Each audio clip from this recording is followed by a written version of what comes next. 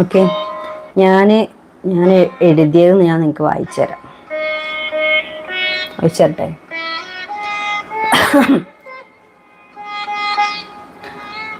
രാത്രിയുടെ യാമങ്ങളിൽ അയാൾ എന്നരികിലുണ്ടെന്ന് പറയവേ, ചിതയിലെരിഞ്ഞമർന്ന എൻ്റെ പ്രണയമേ മാപ്പ്. നിന്നിൽ അർഹതയില്ലാത്ത കൈകളിൽ അകപ്പെടുത്തുന്നവേ, തിരികെ വരിക, തിരികെ വരിക. വല്ലതും മനസ്സിലായോ? മനസ്സിലായില്ല, വട്ടാണ്. ഒരിക്കലും കേൾക്കാൻ വഴിയില്ല, കാരണം അത് രേഷുവിൻ്റെ മാത്രം മൈൻഡിൽ ഉദിക്കുന്ന കാര്യമാണ്. ഞാൻ ഒരാളുടെ എഴുത്ത് പോയി നോക്കാറില്ല, ഒരാളുടെ എഴുത്ത് ഞാൻ വായിക്കാറില്ല.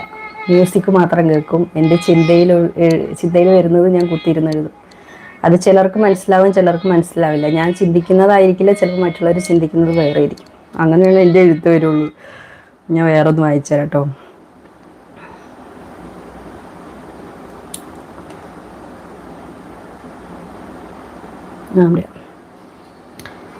ഉള്ളതും അടുത്ത് വായിച്ചേ. ഉള്ളതും ഇല്ലാത്തതും ഒരുപോലെ തോന്നുന്ന നിമിഷം മരണത്തേക്കാൾ വേദനയാണെന്ന് ഞാൻ അറിയുന്നു. പ്രണയമേ എന്നിൽ നിന്ന് അകന്നു പോകൂ. ഭയത്തിൻ്റെ അന്ധകാരത്തിൽ പെട്ട് ശ്വാസം മുട്ടിമരിക്കുന്ന ഓരോ നിമിഷവും ഹൃദയത്തെ പച്ചയ്ക്ക് കുത്തിക്കീറുന്നു. ഞാൻ എന്തിനീ വേദന സഹിക്കുന്നു, ഞാൻ എന്തിനീ വേദന സഹിക്കുന്നു.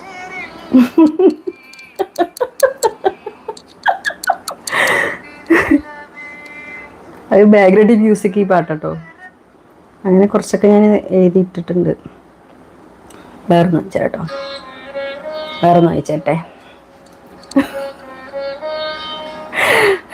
വേറൊന്ന് വായിച്ചു തരാമേ.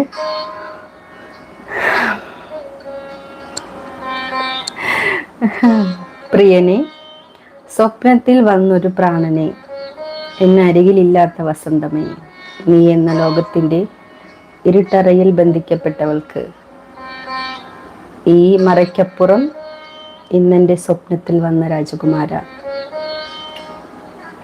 സ്വപ്നത്തിൽ പോലും മറ്റവകാശികൾ കടന്നു വരാത്തതെന്തേ?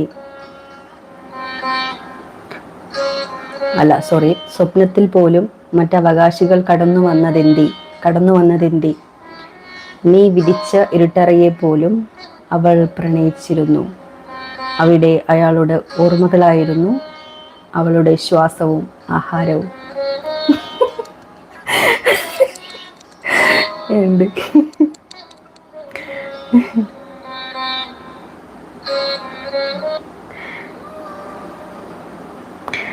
പിന്നെ